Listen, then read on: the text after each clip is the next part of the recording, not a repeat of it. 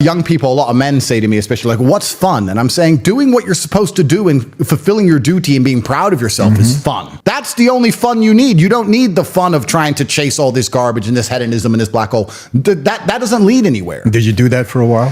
For a while, yeah, certainly. So did I. You have to. Yeah. Until you get to a point where you realize, okay, this is never going to end. Am I going to continue to go down this path, or am I going to turn around and just skip it all? Right.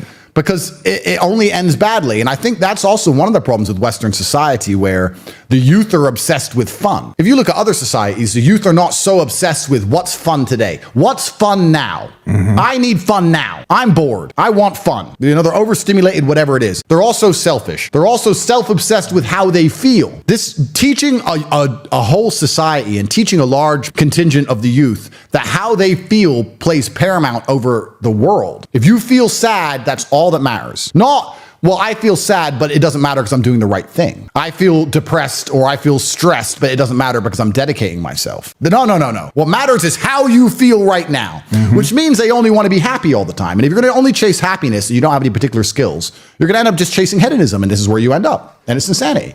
I think one of the largest tenets of masculinity for the largest period of human time is ignoring how you feel and doing what you're supposed to do because you're supposed to do it. We feel things, but jobs must be done, whether we are happy or sad. And this is also disappearing from the world. I'm stressed probably 6 days a week. I'm pissed off 6 days a week. But things need to be done. Right. So you just have to do them. And when you have a whole contingent of the youth obsessed with only being happy, I think this is one of the largest reasons they can psy-up them so easily into doing insanity. And I guess it never used to be that way. No, it was never that way.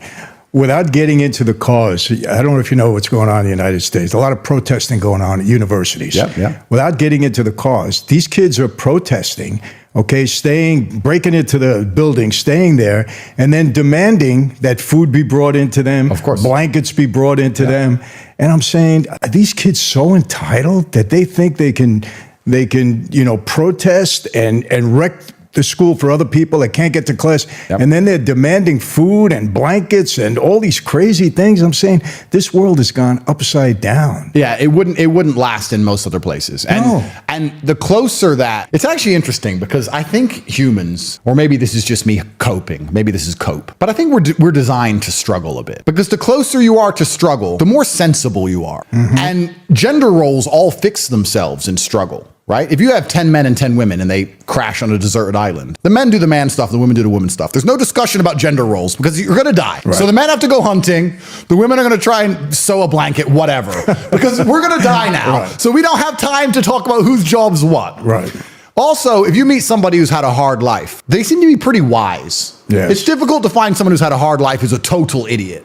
When you speak to these liberals or these morons, they've had very easy, soft lives. So I think humans are supposed to struggle a bit. Absolutely. And in the Western world, it's the age-old adage. I know it's overused, but hard times create good men create good times, and the good times create a bunch of weaklings, and they mess everything up. Yeah, it goes to a point, and then it goes the opposite. It goes the opposite way. Yeah. These people have had too easy lives for too long, and you can apply this to nearly any of the societal ills that apply to the Western world. People have had it too easy for too long, and none of them know any struggle at all. I mean, I don't know about you, to be honest with you. Like I can almost crash my car 10 times, and I only slow down when I hit the tree. This is how I am. Like, I think that inside of the human psyche, sometimes you need to be shocked. You need to be hammered with something. That's just how it goes. Because until then, you're like, maybe I'll keep it in mind. Yeah, well, I got away with it. You keep going. Yeah. But when you finally learn your lesson, right?